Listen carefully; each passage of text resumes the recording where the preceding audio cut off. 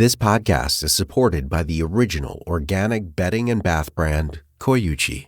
So, April is Earth Month, and one way you can celebrate and support our planet is by making small changes that actually matter, like switching to brands that support sustainable living. Koyuchi has spent 35 years pioneering quality organic sheets, bedding, and bath towels, all with a focus on responsible sourcing and manufacturing. Plus, Koyuchi products contain zero harsh chemicals or dangerous toxins that can seep into your skin. Koyuchi's crisp, cool, luxuriously soft sheets are ethically made and certified fair trade with naturally breathable, pre-washed organic cotton. So this Earth Month, make a small yet stylish upgrade that actually matters to your health and the planet. Get Koyuchi. Right now, get 15% off your entire order when you visit Koyuchi.com. That's Koyuchi.com to get 15% off. Koyuchi.com.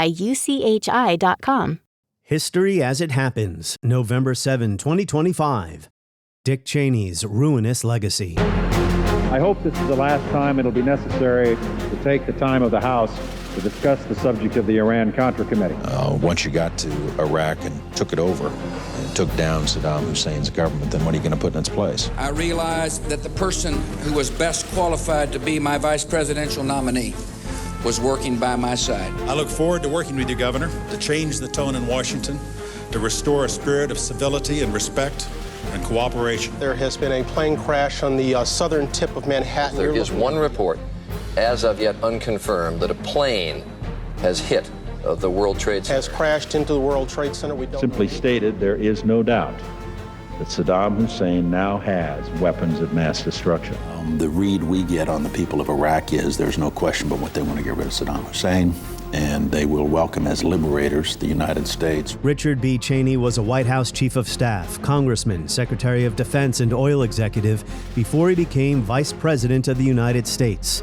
That is where he left a lasting mark on questions of war and peace, executive authority, and public trust in American institutions. His legacy is a disgrace because of his lies, the death and destruction caused by a preemptive war he pushed for, and his unintended role in making a Trump presidency possible a generation later. That's next as we report history as it happens. I'm Martin DeCaro. And double down, not just on a unitary executive. I think Cheney for a while believed in a unitary, unbounded, we might even say authoritarian executive. And that is why not only is his legacy, as you call it, ruinous, in some ways it is the essential foundation for Trump. Although they differ later on, no one since the end of the Cold War does more to expand presidential power before Trump than Dick Cheney. Ladies and gentlemen, please welcome the Governor and Mrs. Bush and Secretary and Mrs. Cheney. July 25th, 2000. It is days before the Republican National Convention in Philadelphia. About 3 months before the contested presidential election and the Florida recount saga, and a little more than a year before al-Qaeda suicide pilots flew commercial airliners into the Twin Towers and Pentagon. I believe you're looking at the next vice president of the United States. July 25th, 2000. Texas Governor George W. Bush announces his running mate for the Republican ticket, Dick Cheney. 3 months ago, when Governor Bush asked me to head up his search team, I honestly did not expect that I would be standing here today. No one watching that day imagined what was coming, a global war on terrorism, or probably gave much thought to Cheney's ideas about executive authority that drew on the lessons he took away from Watergate, and then from the Iran-Contra scandal in the mid-1980s when he was a Wyoming congressman. I hope this is the last time it'll be necessary to take the time of the House to discuss the subject of the Iran-Contra Committee. As Malcolm Byrne writes in his 2014 book, Iran-Contra, Reagan's Scandal and the Unchecked Abuse of Presidential Power, Cheney subscribed to the notion of the unitary executive. His experience with Iran-Contra and attempts by Congress to assert meaningful oversight over Reagan administration conduct contributed to his later thinking about presidential authority. In 2005, he pointed reporters to the Select Committee's Minority Report from the 1980s as a roadmap to the subject. In effect, following that blueprint, senior officials boosted executive power in a variety of controversial ways, rationalizing enhanced interrogation of terrorism suspects, approving warrantless wiretaps on U.S. citizens, justifying deceptive administration pronouncements in the lead-up to the U.S. war on Iraq, and engaging in a broad pattern of secrecy in matters ranging from counterterrorism to economics. Malcolm Byrne writing in 2014. So it is impossible to know how Vice President Cheney may have influenced history had 9/11 never happened, but it did happen, and it provided this master political operator a chance to push his ideas about presidential power in the crucible of a national tragedy and in an atmosphere of fear and desire for vengeance. Now Americans must fight again. In this new century, war has come to us. The terrorists who attacked this country have declared themselves the mortal enemies of the United States and will be dealt with as such. Richard B. Cheney died on November 3rd. He was 84. He entered politics in the 1970s, but will be remembered most for the influence he exerted to invade Saddam Hussein's Iraq in 2003. Cheney worked behind the scenes to prime the gears of war, and in public he made false claims to get the American people on board. Here he is in August 2002 speaking to a veterans group about Saddam Hussein's weapons of mass destruction. Simply stated, there is no doubt that Saddam Hussein now has weapons of mass destruction. There is no doubt that he is amassing them to use them against our friends, against our allies, and against us. And there is no doubt that his aggressive regional ambitions will lead him into future confrontations with his neighbors, confrontations that will involve both the weapons that he has today and the ones he will continue to develop with his oil wealth. But there was plenty of doubt inside the Bush administration about Saddam's arsenal, or I should say non-existent arsenal. Cheney also played up an al-Qaeda-Iraq nexus that did not exist. And on NBC's Meet the Press, he insisted U.S. invaders would be welcomed. Said Cheney, "I think things have gotten so bad inside Iraq from the standpoint of the Iraqi people, my belief is we will, in fact, be greeted as liberators." The moderator, Tim Russert, replied, "If your analysis is not correct and we're not treated as liberators but as conquerors, and the Iraqis begin to resist, particularly in Baghdad, do you think the American people are prepared for a long, costly, and bloody battle with significant American casualties?" Cheney said, "Well, I think it's unlikely to unfold that way, Tim, because I really do believe we'll be greeted as liberators." The read we get on the people of Iraq is there's no question but what they want to get rid of Saddam Hussein, and they will welcome as liberators the United States. Now let's flash back for a moment to 1994. Cheney is out of power, and he's being interviewed about the decision in 1991 during the first Gulf War not to go all the way to Baghdad and unseat Saddam Hussein. He was Secretary of Defense during the George H.W. Bush administration. Because if we'd gone to Baghdad, we would have been all alone. There wouldn't have been anybody else with us. It would have been a U.S. occupation of Iraq. None of the Arab forces that were willing to fight with us in Kuwait were willing to invade Iraq. Once you got to Iraq and took it over and took down Saddam Hussein's government, then what are you going to put in its place? That's a very volatile part of the world, and if you take down the central government in Iraq, you can easily end up seeing pieces of Iraq fly off. Part of it the Syrians would like to have to the west. Part of eastern Iraq, the Iranians would like to claim, fought over for 8 years. In the north, you've got the Kurds, and if the Kurds spin loose and join with the Kurds in Turkey, then you threaten the territorial integrity of Turkey. It's a quagmire. Vice President Cheney should have listened to Secretary of Defense Cheney's advice. After the 2003 invasion, as Iraq sank into the abyss, Cheney stuck to his narrative. He was also an integral figure in developing the Bush administration's torture program, which he never apologized for. On the contrary, he continued to insist it really wasn't torture. Here he is on CBS's Face the Nation in 2009 after Obama's election. Let me talk to you a little bit about torture. You have said that you do not believe that waterboarding, for example, was torture. Right. You and members of the cabinet sat in the White House and approved the methods of interrogation that were used by the CIA. Why would something like that reach your level, Mr. Vice President? Well, because the CIA did not want to proceed without having a very clear understanding of what was authorized and what was appropriate. And they'd seen situations, I'd seen situations before, where the CIA would get out on an undertaken assignment or a mission and then find that the politicians would all run for the hills, like Iran-Contra. In my view, all this makes Dick Cheney a war criminal, but he became something of an ally to the anti-Trump resistance by voting for Kamala Harris last year after condemning Donald Trump's attempt to steal the 2020 election. There has never been an individual who is a greater threat to our republic than Donald Trump. He tried to steal the last election using lies and violence to keep himself in power after the voters had rejected him.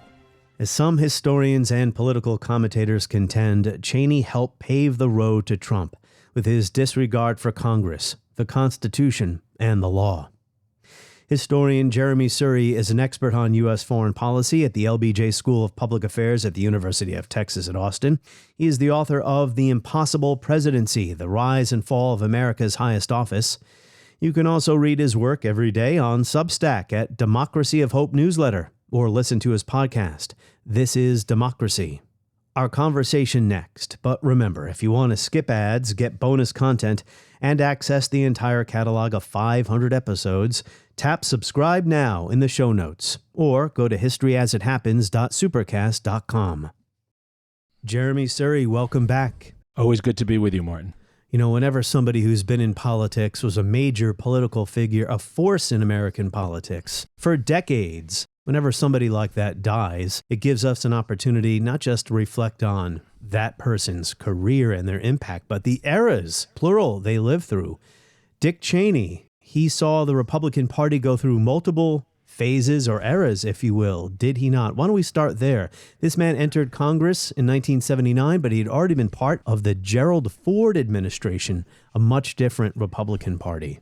That's absolutely right. And in some ways, you know, his political career starts in the late 1960s when he's at the University of Wisconsin-Madison during some of the biggest and most important student protests against the Vietnam War.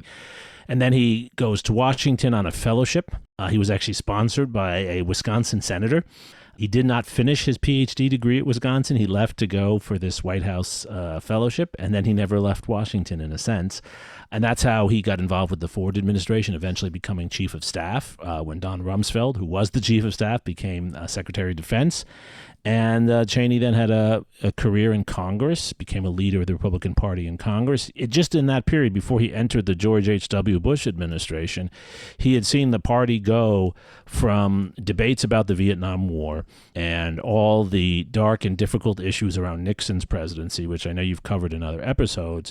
He saw that, a party that was really torn apart, a party that was searching for identity, come to what was an interregnum with Ford and then a new revitalized party with Ronald Reagan. And I think that's what really launched him, not just from the White House into more prominence, but really made him the dominant political figure in some ways that he was for a decade, from the late 80s to the late 90s. By design, Cheney was always difficult to figure out. He didn't do a lot of news conferences. He didn't talk about himself a lot.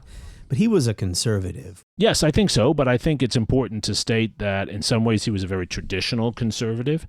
He was a believer in small government. This was his Wyoming roots. Even though Wyoming benefits from a lot of big government, there's the perception of a kind of frontier where people are left to their own devices, where freedom is not about big government, but instead about people being given the resources and the opportunities to make their own way.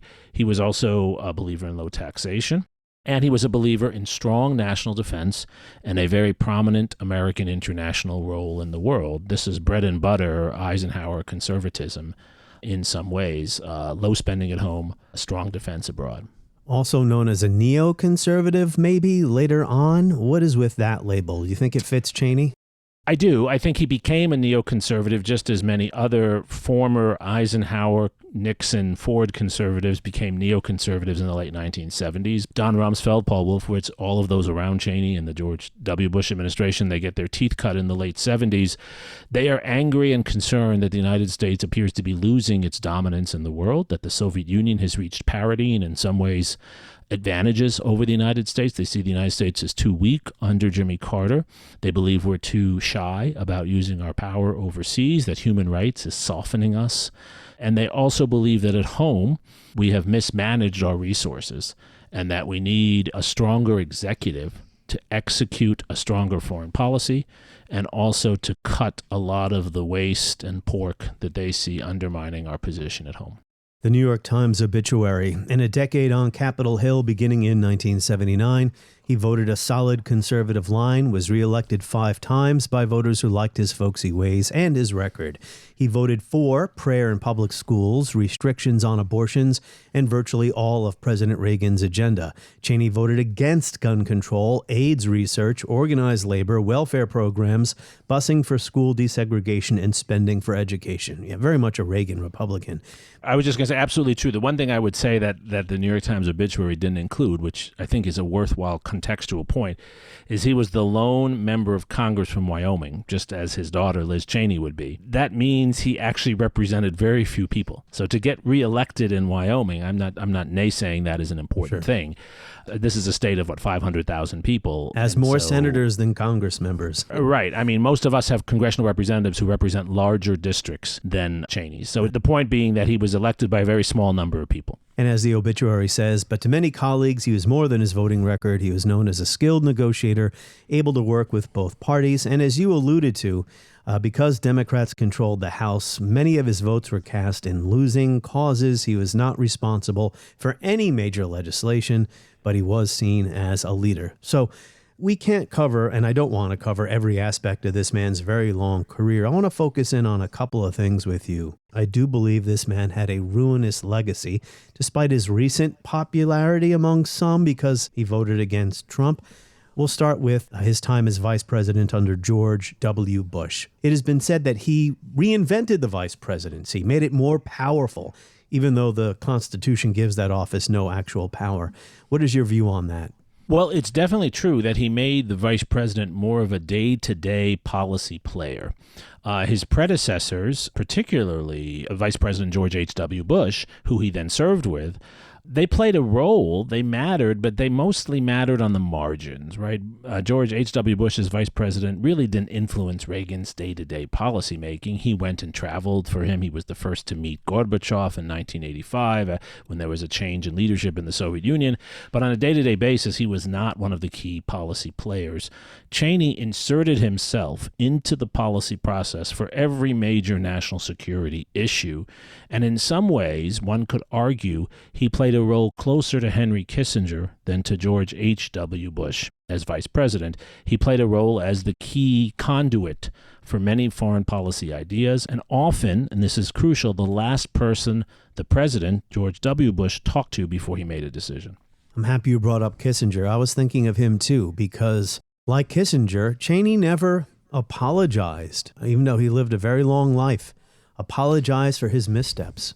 Well, he didn't believe he had any missteps. I mean, his point of view was that American strength was necessary to build peace and security in the world, and that we were not as strong as we should have been in the Clinton years, which is what left us vulnerable to the 9/11 attack, the devastating 9/11 attack, and that the war on terror that he was really the author of, and I want to give our friend Jeff Engel credit for making this point in a recent publication, Cheney in some ways was the author of the war on terror. He saw that as necessary.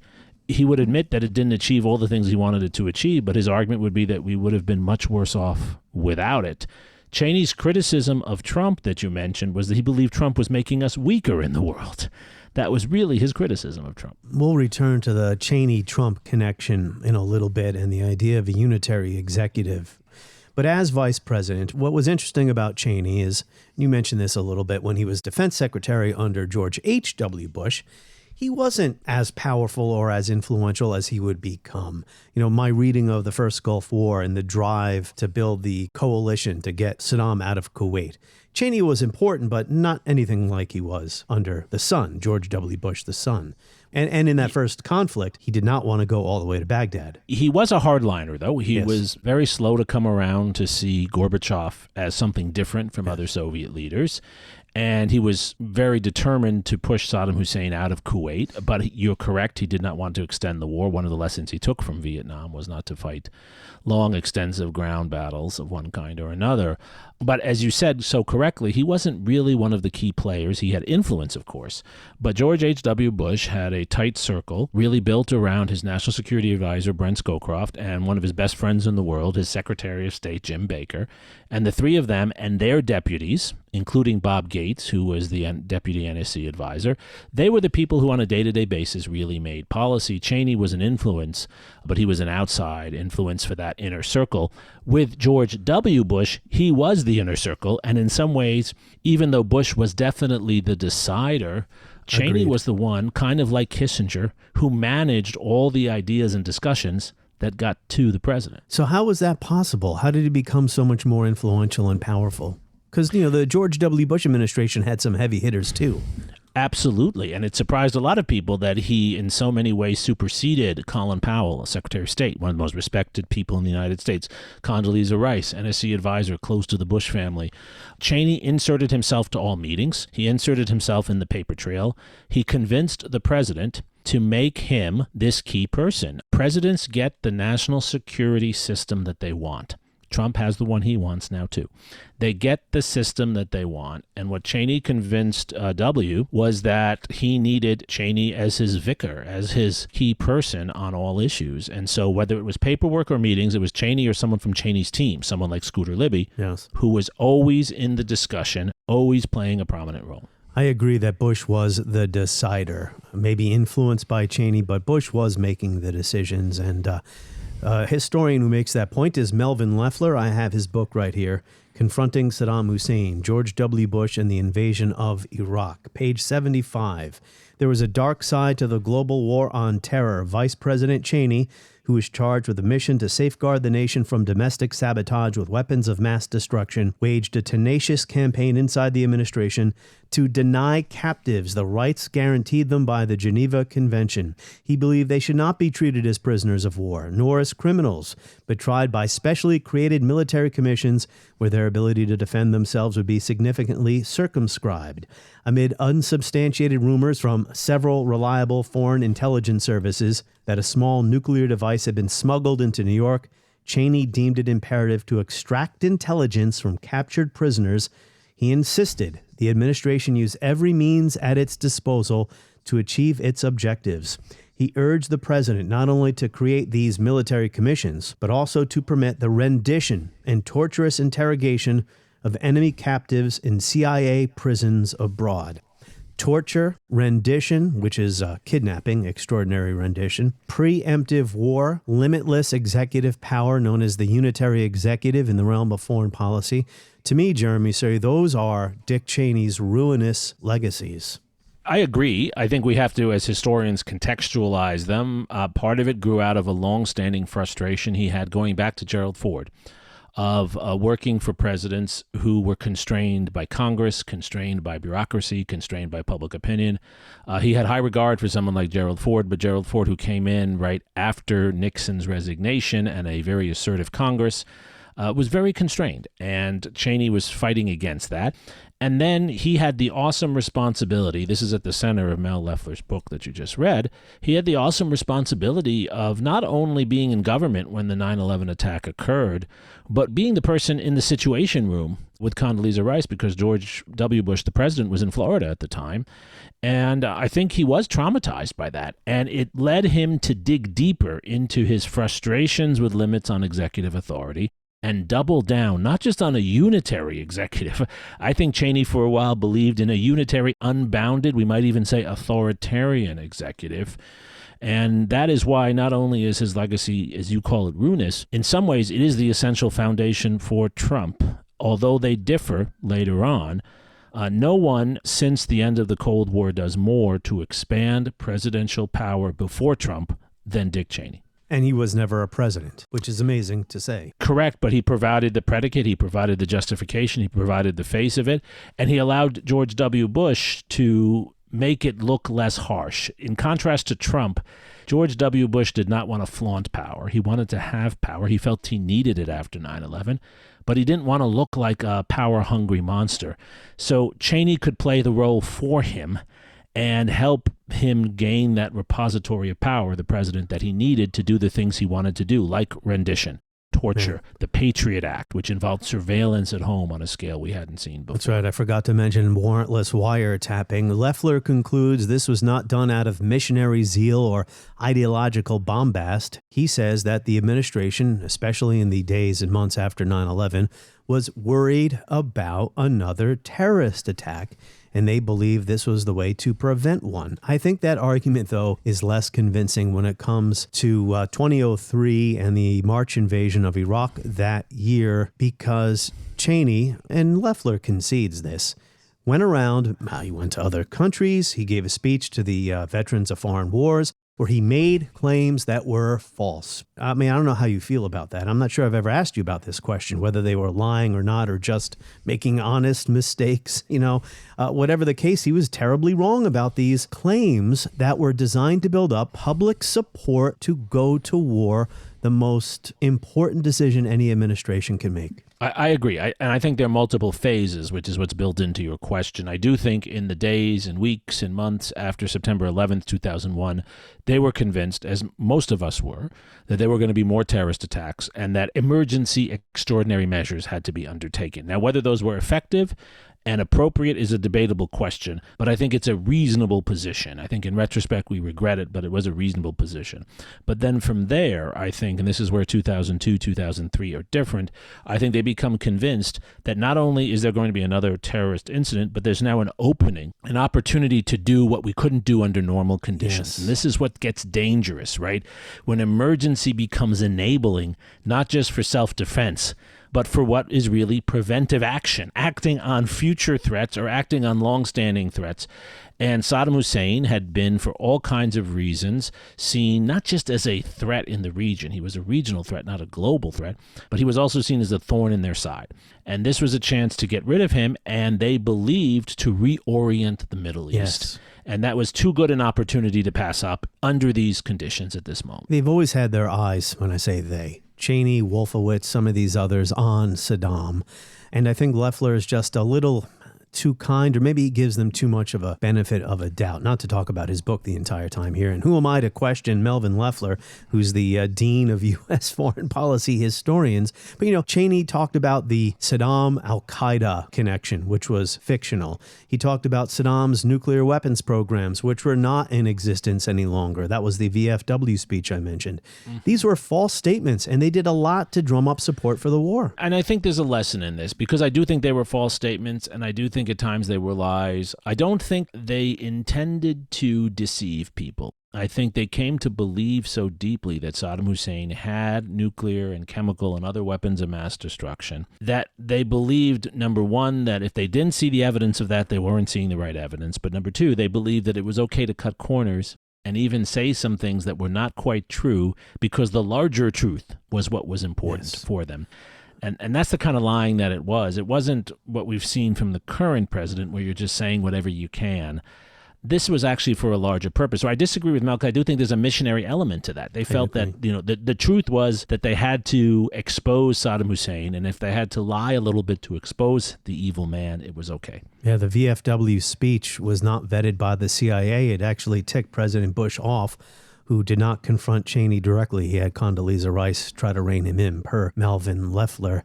Will be greeted as liberators. The read we get on the people of Iraq is there's no question but what they want to get rid of Saddam Hussein, and they will welcome as liberators the United States. I think that should be the epitaph. Of course, and I think it is one of those areas, Martin, where historians are valuable, because rarely is anyone coming into a society greeted as a liberator for very long. Sure, when we arrived in Kabul, a small number of American special forces with various Northern Alliance forces in Kabul in Thanksgiving of 2001, we were greeted as liberators for a very short period.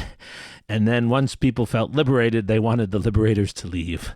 And that's certainly what happened in Iraq. Maybe it's unfair to describe somebody's entire life and career or boil it down to one statement, right?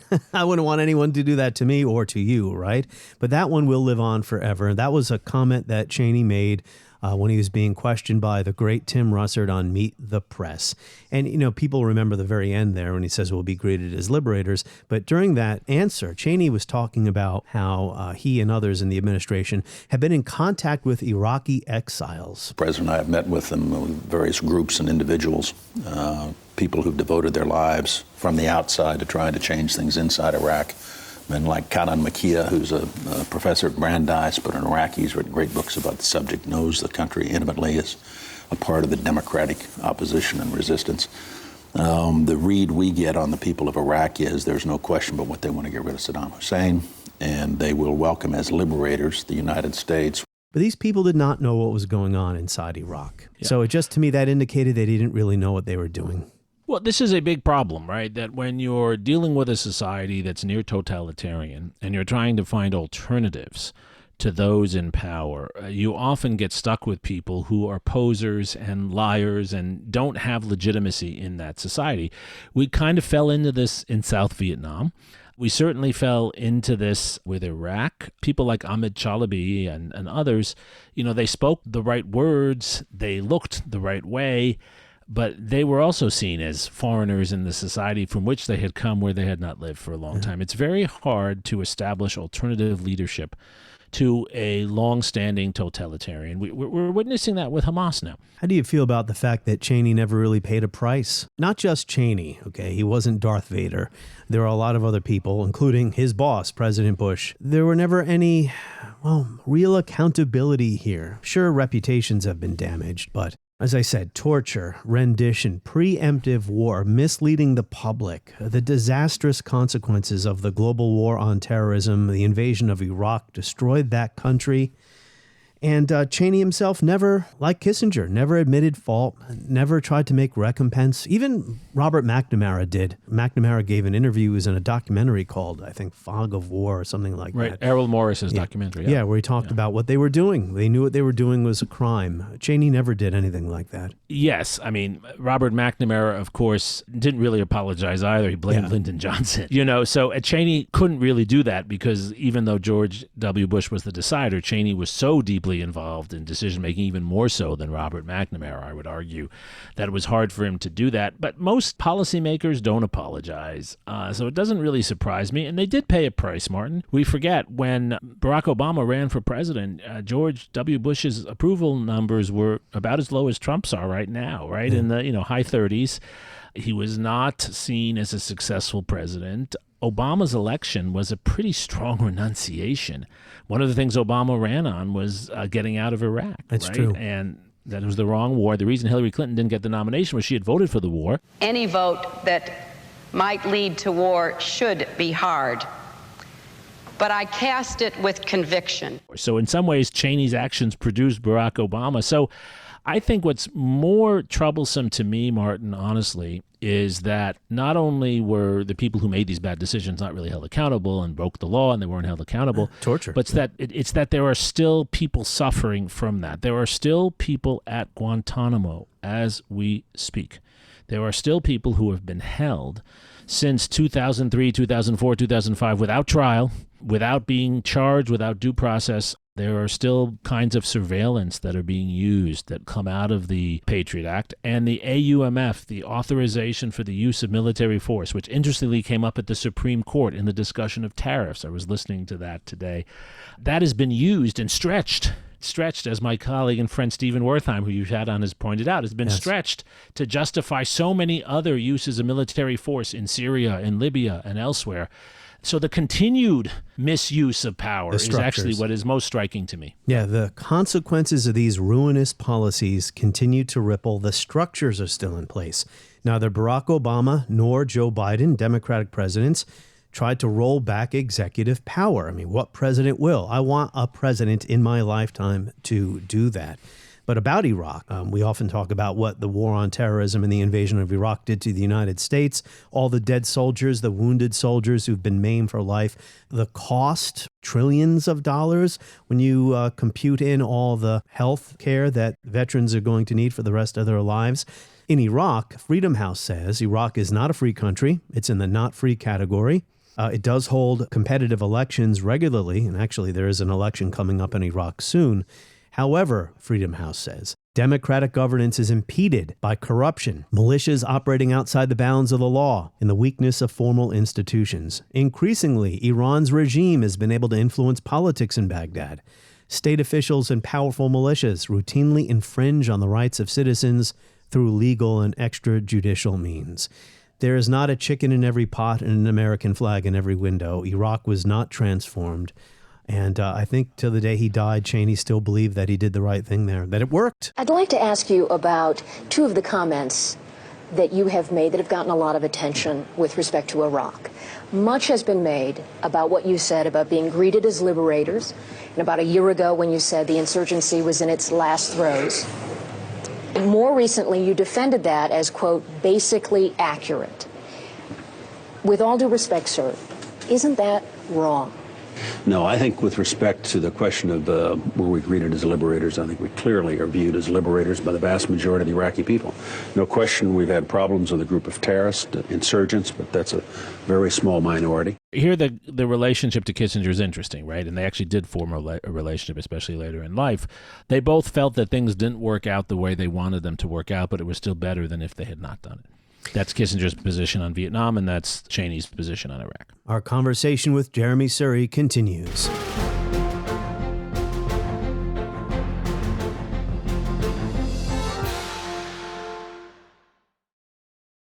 So as I said, executive power, no president has tried to rein it in. Cheney is considered an anti-Trump person, but Trump should be thanking him. Not just Cheney, of course, but we are talking about Cheney on this episode. There are a lot of people who have contributed to this problem. You talked about Watergate early on, the way Cheney came away from that, saying actually it was wrong that the president had to step down or that Congress was asserting itself. I don't want to mischaracterize this before I continue on with my question. I mean, Cheney's takeaway from Watergate was what exactly, Jeremy? His takeaway was actually not necessarily that Nixon shouldn't have resigned, though I think he did think that Nixon should not have resigned. Yeah. It was that you needed a presidency that was strong and capable, and that the outgrowth of Watergate and the Vietnam War, two things he regretted. And he was never a proponent of the Vietnam War. He was anti-war. He didn't like the anti-war position. Just as he didn't really defend Watergate, he defended the reaction to it. He believed that the reactions to the Vietnam War and Watergate weakened the presidency too much, and that American society suffered under Ford and Carter because with Ford you had a president who was constrained by Congress. He couldn't, for example, use covert activities in the same way. He couldn't, for example, send American forces overseas in the same way. And under Carter you had a president who believed we shouldn't do those things anyway, and that weakened American power. The neoconservative argument was for the United States to rebuild a strong executive, an executive who would be better than Nixon in many ways, but an executive who would use that power as Reagan did in places like Nicaragua, in places like Afghanistan, in places like Grenada. So there is Watergate, but also another scandal that had a big impact on Cheney's thinking was Iran-Contra, which is often overlooked in the Cheney story. He wasn't involved in the scandal itself, but I have, you know how you come on the show, Jeremy, it's story time with me. I got my books here. Iran-Contra by Malcolm Byrne. In the conclusion, more disconcertingly, the congressional and independent counsel processes failed to create a disincentive for future administrations against ill-conceived exercises of presidential power. Iran-Contra was, after all, largely a competition for control among the branches. Byrne goes on to say, in the George W. Bush administration, Vice President Cheney took the lead in expanding the reach of the executive branch, in particular after the 9/11 attacks. In early 2002, he lamented that ever since the Nixon administration, congressional demands on the White House to compromise on important principles of executive authority had caused, quote, erosion of the powers and the ability of the President of the United States to do his job.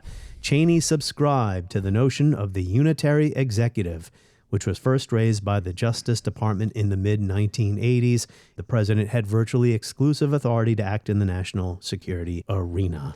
So Iran-Contra, also very important for Cheney. Are we still living in the era of the unitary executive? I mean, how much does Trump owe to these ideas? I think he owes an enormous amount to them because the individuals who were in the Justice Department and the White House counsel's office in particular, who wrote those memos to justify and protect people like George H.W. Bush who were involved with Iran-Contra and President Ronald Reagan, they had names that might sound familiar to you. John Roberts, Brett Kavanaugh. They became the Supreme Court justices that would rule on, for example, presidential immunity. And many of the things that Trump did in his first administration, particularly around January 6th, that he got away with were because, in some ways, the Supreme Court of the United States let him get away with them by slowing down much of the judicial activity and then providing certain immunity. And in the beginnings of Trump's second term, I do think it's changing now.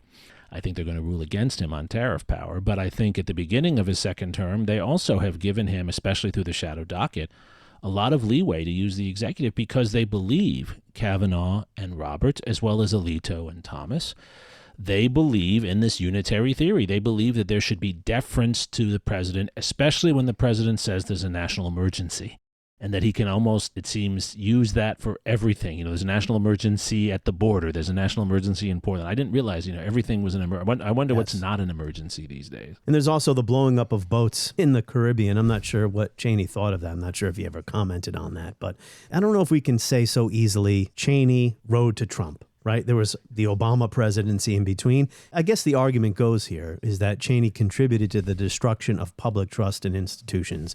The forever wars, the 2008 crash, which wasn't Cheney's doing, of course. But the whole mantra, you've heard it a million times, all the institutional failures post 9/11, even going back decades before that, and the wrecking ball that's been thrown into the American dream and the middle class. All that has led to Trump. I don't think we can just say Cheney is number one on that list. The way I would put it is this, is that Cheney created an environment that made it easier for Trump to argue for an authoritarian presidency. Cheney created the unitary theory of the presidency, and the experience of the Iraq War and what followed was a more authoritarian presidency. And so it enabled the authoritarian impulses of Donald Trump. Now, what was different, and Cheney should be differentiated here, is he was a deep believer in expertise and knowledge. He did lie sometimes, as we pointed out, but Cheney's mastery of the detail was actually what made him so influential in the Bush administration. He was sitting in the meetings and he understood the detail. So he was a highly competent person, and he surrounded himself with highly competent people. That doesn't mean that they were good people, and it doesn't mean they always made good decisions, but they were experts. Trump has surrounded himself with dodo brains, and so he's using these authoritarian powers in a way that's even more reckless than Cheney. And compare, Cheney's relationship with Rumsfeld to Trump's relationship with Hegseth. And you see all the difference in the world. I don't like Donald Rumsfeld either, but Donald Rumsfeld was a serious person. Pete Hegseth is not a serious person as Secretary of Defense. But as we know, serious people can make catastrophic mistakes. Look at the best and the brightest. Look at Kennedy's cabinet that LBJ inherited, right? These people Robert McNamara, who you mentioned, is a great example of this. Yeah, and there is now a split on the right in the conservative wing of the Republican Party, or just in the Republican Party. I'm not referring to the Tucker Carlson anti-Semitism stuff. Foreign policy, the so-called national conservatives, they despise Cheney. They like Trump's supposed restraint in foreign policy. I don't see that, so I'm not sure what they're talking about here. As far as paving the road to Trump, there's more to this story than what Dick Cheney did. It's a bipartisan affair, an institutional failure, and the news media is also involved. And Empire is also a bipartisan project. All of these things are true. I just will react a little bit against it of being a bipartisan affair, maybe, but it's much more a Republican story that's brought us to Donald Trump. President Obama used executive power as well, as did President Biden, but they were much more restrained, sometimes self-restrained, than what we have seen. Obama made sure that there were legal justifications for every drone strike and that they were publicly released. We have had no public release of any legal memos that had to be written to justify the attacks on the boats in the Caribbean that we've been hitting. That administration has not even released its legal rationale. I have no idea who they're killing. That's qualitatively different from what Obama was doing. But, when it comes to domestic policy, some would argue that the failures of the Obama presidency, I'm not saying that the country was a hellhole. Economy seemed pretty strong, but, going back to that slogan from 08, 09, bailing out Wall Street, not Main Street, some would say that this populist moment is in part a response to the failures of the Obama presidency to fulfill, the hope that many people had, that the American dream would be stronger coming out of it. Yeah. To some extent, I think that's true. I think it's as much, though, what Trump said repeatedly in 2016, which was that all the experts, including Republican experts, are lying to you. And why did that land as a criticism? Because just as you said, they had lied about weapons of mass destruction. Every respected figure, especially in the Republican Party, had made the case, as Cheney had, that Saddam Hussein had weapons of mass destruction, but yet it turned out to be not only untrue, it turned out to be a reckless argument because there wasn't even the evidence that they claimed they had. That empowered Trump's anti-elitism more than anything else. Because if they could lie to you about that, they can lie to you about vaccines. And if they can lie to you about that and vaccines, they can lie to you about banking, and they can lie to you about everything. Only believe the man who looks like you and shouts louder. I have one more question for you, but on this note, and this is an issue we've discussed before, what really determines elections? Is it foreign policy or domestic policy?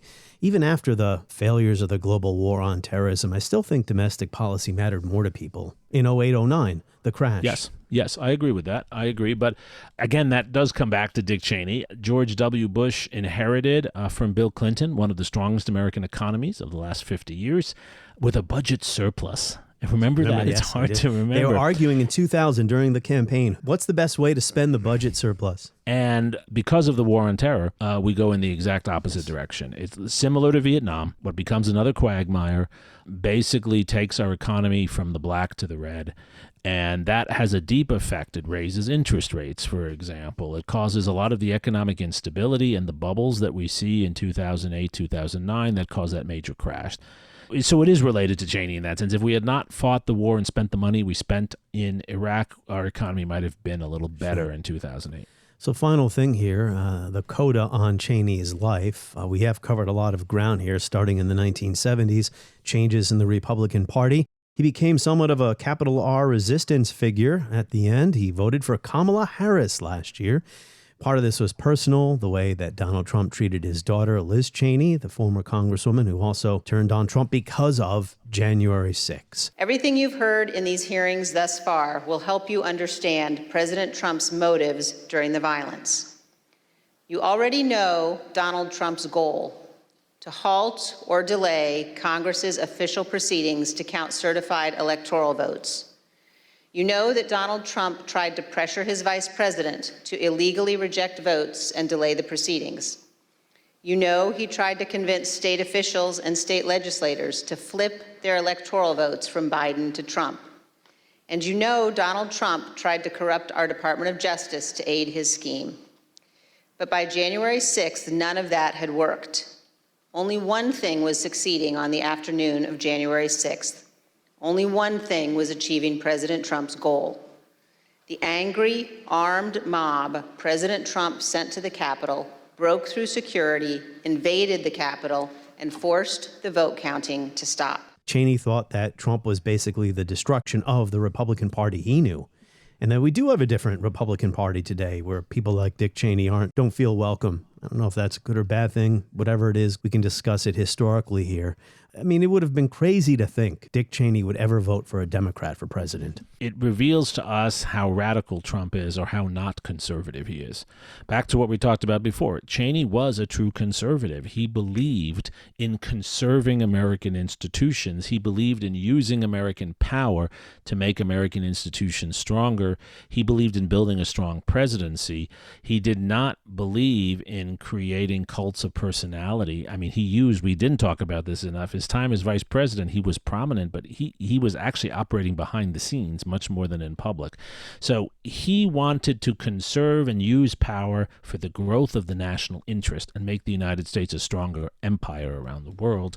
He saw Trump as destroying all of that for corrupt, narcissistic, egotistical purposes. And January 6th was the sort of center of that, both in terms of the symbolism of it, but in what Trump was doing. That's the problem with the Republican Party today, is that the people who are in office now don't seem to have a problem with January 6th. The advantage Cheney had on 2000, he was out of power in 2021. Now, Liz Cheney was in power. Yes. She really put herself out there, and I think she deserves credit for that. But as a historian, one of the striking things about our country in the last 4 to 8 years is the cravenness for power among those in elected office, particularly Republicans, and their willingness to almost tolerate anything so that they can stay in power. And that's a horrible thing to say, but it's true. And it's what has put our democracy in peril. Yeah, I mean, they threw Liz Cheney, as Republican as you can get, out of the party, out of office. She believed that after January 6th, that there was consensus within the party where she was.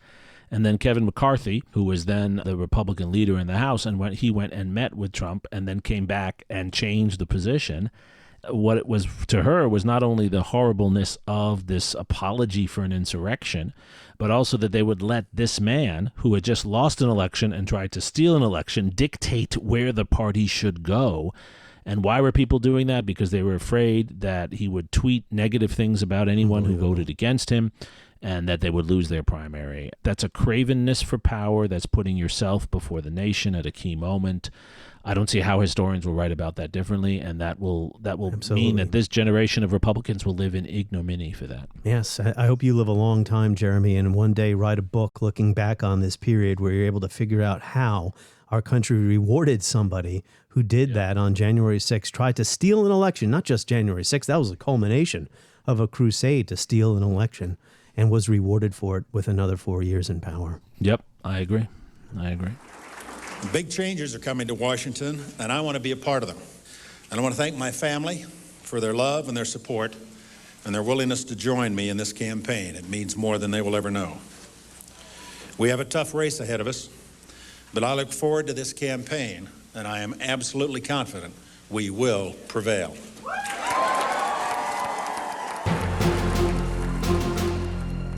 On the next episode of History as It Happens, we're going to tackle the subject that was supposed to be in this episode, but we changed schedules a bit because of the death of Dick Cheney. So coming up next, we're going back to the movies, The House of Dynamite, and the potential for nuclear Armageddon in a world where there is another nuclear buildup. Joe Cirencioni returns to the show. That is next, as we report History as It Happens. Now at McDonald's, a sausage McMuffin is only $1.50. So stop dreaming about breakfast sausage and go get it. Get more value on the under $3 menu. Limited time only. Prices and participation may vary. Prices may be higher for delivery.